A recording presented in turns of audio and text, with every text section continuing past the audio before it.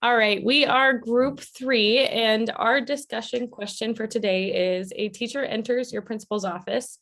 The teacher immediately starts to tell you everything you were doing wrong, including how you just disciplined the teacher's own child.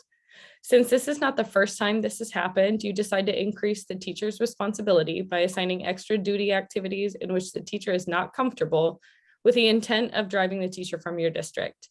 Discuss any ramifications that might arise out of your actions and rewrite the scenario with a more appropriate solution. So if we want to start with the first part, what would be some ramifications from the principal taking the actions outlined in this scenario? This sounds really bad, but obviously this is not morally or ethically correct, but who's gonna know that there was, like, what kind of proof do you think the teachers would have that the duties were assigned out of spite, kind of, or out of with the intention of driving the teacher from the district?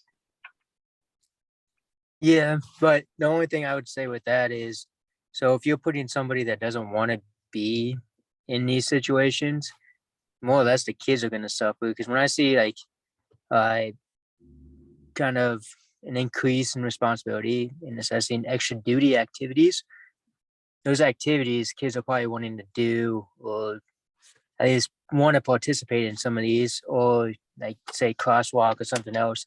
Teacher's not really going to be 100% all into it, so everybody's going to suffer, just not the teacher.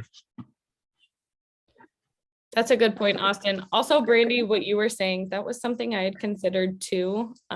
Depending on how the teacher responds to it, I think they are going to have really great documentation of when that first conversation occurred and proof that those duties were assigned afterwards.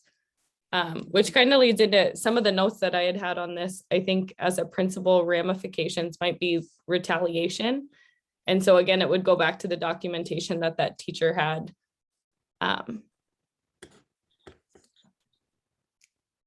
Yeah, I agree with all of you. I like, Austin, how you pointed out that at the end of the day, like, this is actually hurting the kids and the students at school. And I think that is kind of like, that frustrated me in reading this, because our goal as a principal is obviously to keep students' best interests in mind. And so I think you could even go to the point of they're doing it, 75% instead of 100%, or what does that supervision look like? Or, what does safety ramifications that come into play for that? If they're not in it, they're not going to be all the way in it. So in one of the chapters that was from this section, it was the discrimination chapter. I can't remember which it was, but I looked up some information about how something like this could kind of be considered discrimination, like I had mentioned, in the form of retaliation, because it would create a hostile work environment for that employee. The stuff that I found online about it said that it relates back to some revisions that came in 2016 from the U.S. Equal Employment Opportunity Commission. So I don't know if that ties in there. I couldn't find a ton of information. I could have dug a little bit longer, but I definitely think that that would be a potential outcome that the principal would have to face in this situation. You could, but I feel like that'd be very hard to prove, especially since I highly doubt the principal is going to tell anybody about it or have anything written down about these are one places that this teacher does not want to do, or how I can mess with this teacher a little bit. I think it would just be hard to prove a discrimination on that one. That's a good point. Something else I thought about, I don't know if you guys have this in your contracts also, but I think a lot of times schools have like a clause in there that says duties as assigned, and it's really up to administration to assign whatever duties, and there's not a lot that you can do if it's been assigned to you.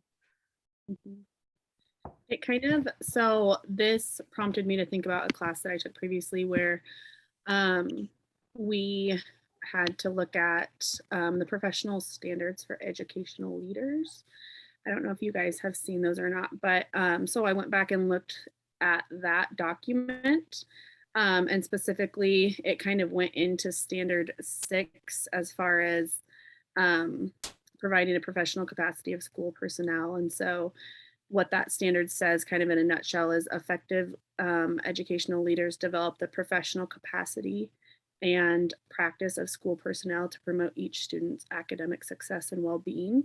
And so because of the situation, it made me think of how kind of unethical it was for the principal to step in and do that, you know, almost out of spite, I would say. It kind of seemed just as like a, hey, I'm going to get you type of thing. And so it made me think about going back and seeing what ethically, you know, what is that challenging ethically on that leadership side of things.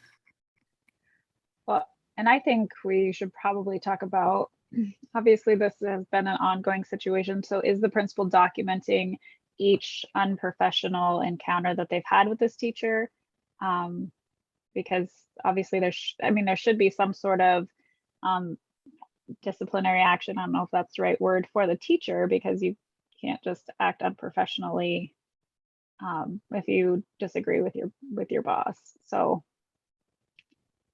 Yeah, for them, I think maybe just set up a meeting outside of school hours, because at that point, outside of school hours, that teacher's just a parent. So you got to have a separation between teacher and parent at that idea of it, at least. I think that's a great point, Austin. We should keep that one maybe as part of our solution, just an idea to kind of have in our back pocket. Yeah, really two different situations. I mean, it's a parent action that in return, they're getting punished as the employee. Right. Yeah, but it says this is not the first time that that this has happened. Because it says talking about everything you're doing wrong, not just that discipline issue. So I feel like it's more than just the parent, like they're speaking more than just as a parent. So I guess with this first part of this discussion point, I think we've all kind of agreed it would be really difficult for legal action to necessarily occur, because it would be hard to prove, and that it boils down to more of an ethical and moral responsibility. So I think within that, like Megan, you mentioned the standards for educational leaders. I think that's really important to reference back to. Anything else we want to add to that first part there? I guess just like thinking about going back to teachers do have a First Amendment right, just like everybody else does. So although like the ramifications or the consequence may be unethical, I don't necessarily know that there's anything really wrong other than ethically in the situation, I guess, if that makes sense. Well, and I have the book open, the freedom of expression part. It just talks about how teachers do have free speech. However, it is limited if it's going to create, if it's going to have a negative impact on the school decorum, basically. And so I think at that point, they would have to prove that the actions taken by the teacher is negatively impacting the school before they could take legal ramifications or whatever. Right. Anything else for that first part of the question? All right, sorry, I found the other piece that I was you're looking for. good. It says discipline teachers when there was evidence that the teacher's personal speech undermined authority and adversely affected working relationships. So that might be something that they could use. Definitely.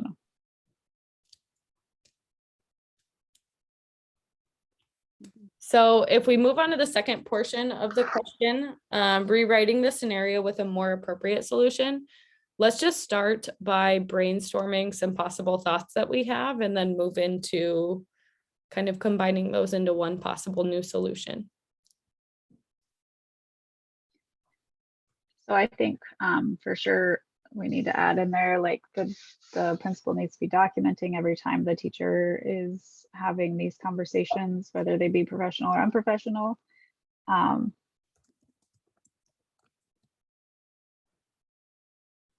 Yeah, and I think just having a meeting for sure and make it more of a professional kind of idea of it. So maybe not during school hours, make sure it's after school hours, kind of have that parent idea with it, even though it's not the one thing. So it might be professional as well. But if you're gonna have any of that parent idea, it's gotta happen after school hours.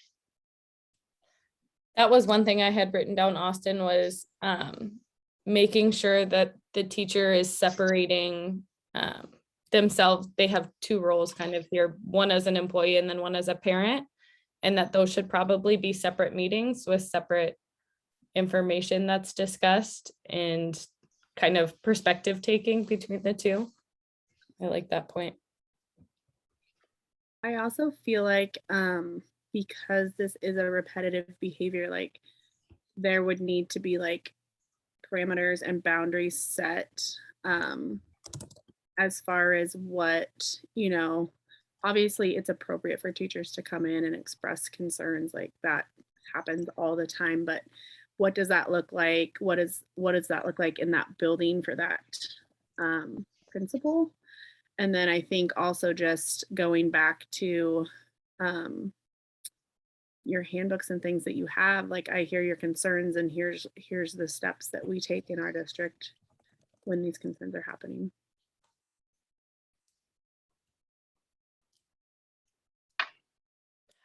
I like the way you said that, Megan, like having those parameters and boundaries set.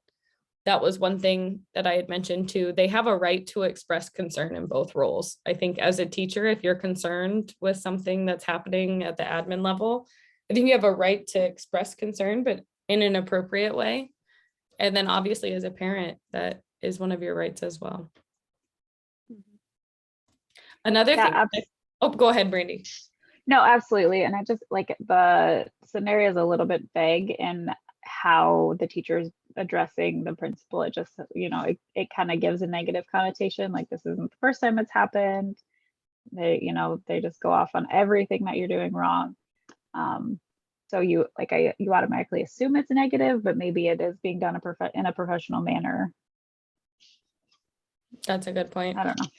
I also mentioned one thing that I think is really helpful when you're trying to facilitate a meeting where you're really debriefing on something that was like high intensity or high emotion, is to, even if you give like a minute or two to just kind of word vomit and like honor that we're humans, we have feelings, but then really stopping that at that point and saying it's time to separate fact from feeling and remove the emotion from it a little bit so that you can make an informed decision. So that was one thing I put on there too, separating fact from feeling. Obviously she's emotional as a parent and defensive and has right to be, but I think after that's expressed, it really needs to become more problem solving focused. It sounds like there is a disconnect with communication here, just from like the scenario that we have.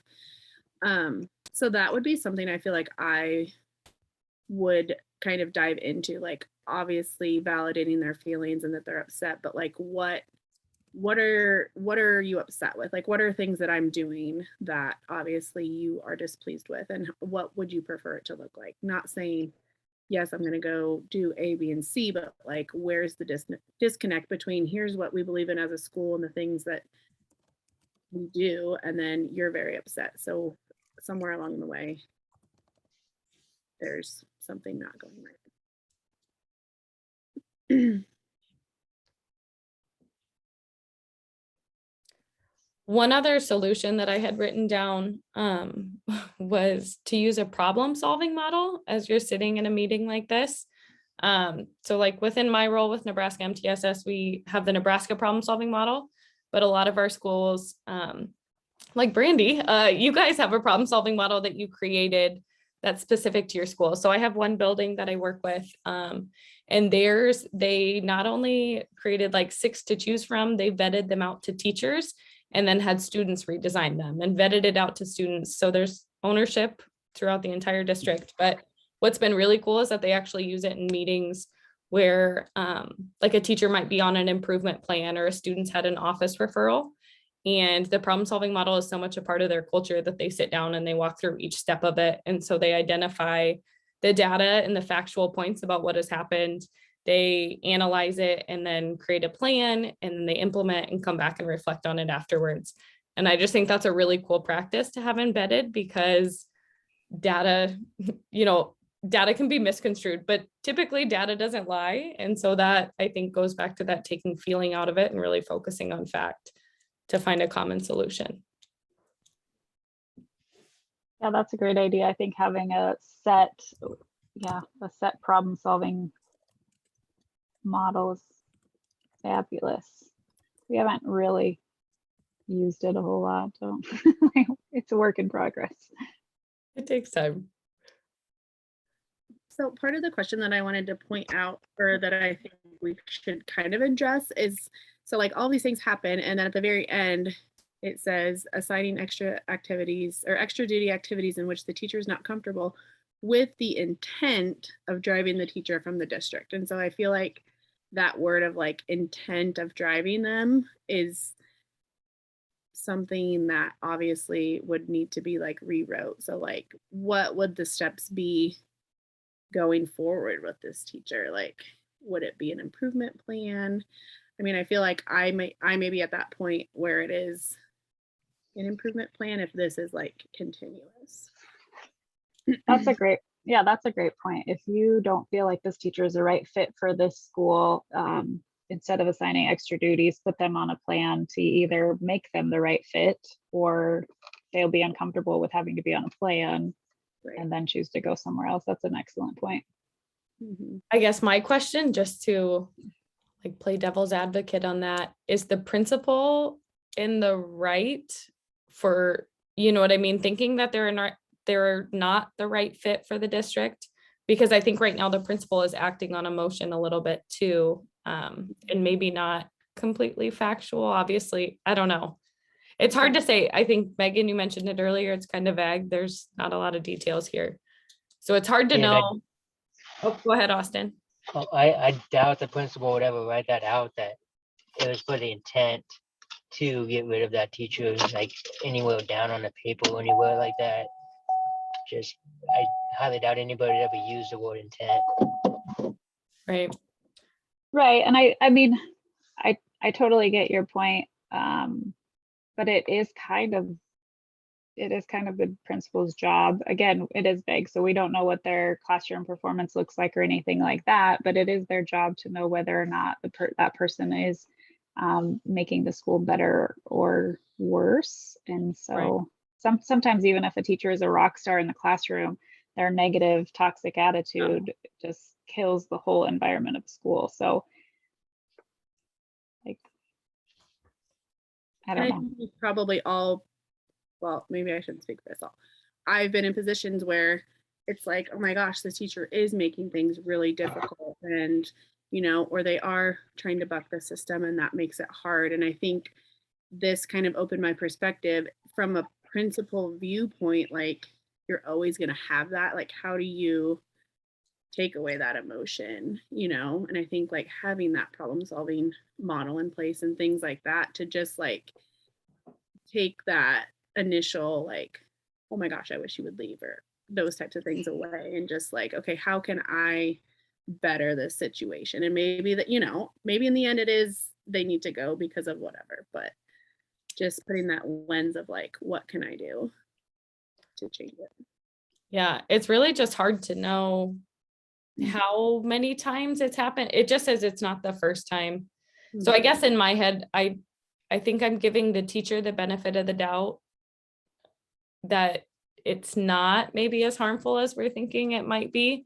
And then I think as an administrator, it would be up to you to repair, restore that relationship a little bit. And I'm not sure. And maybe I'm just reading it differently or interpreting it differently, but I feel like an improvement plan right away after this seems like jumping into it, like because it doesn't sound like the principal's problem solved a lot on their end either. Does that make sense? Has it gone through like steps A, B, and C Right. before turning towards And I guess that would just go back to documentation, and maybe they truly have, and that would be next step, and that makes sense. Mhm. Yeah, And I would would you have say- somebody else in the meeting? That's another thing. So like another, like assistant Mediator. principal or something. That's a good idea too. Yeah. And I would say if we are assuming that up until this point, every time the teacher's been in the office acting this way, and I'm assuming because of the negative connotation, like trying to drive them out of the district, that it's continuously negative. That's why if you got to this point where you decided that, okay, we need to get this person out of this district, I would agree that it would be time for a plan, but again, it doesn't say that he's documented or he or she has documented every step of the way. So I don't know.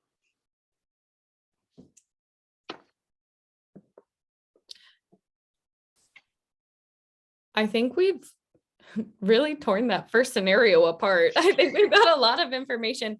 Do we feel like we want to formally rewrite this scenario, or do we think this list has given adequate information? I think it's kind of like a if then, like, so if we had more info and like knew that this was chronic, then, obviously we would choose like a different path of improvement plan. But if there hasn't been documentation or things like that, like starting kind of at that. Initial problem solving. Yeah. So I think the list is good because we kind of went around all the different types of scenarios given the info that we have.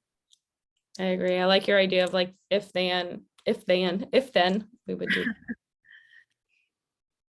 Agreed. Any other input then on the question before we close? I think so. All right, thank you.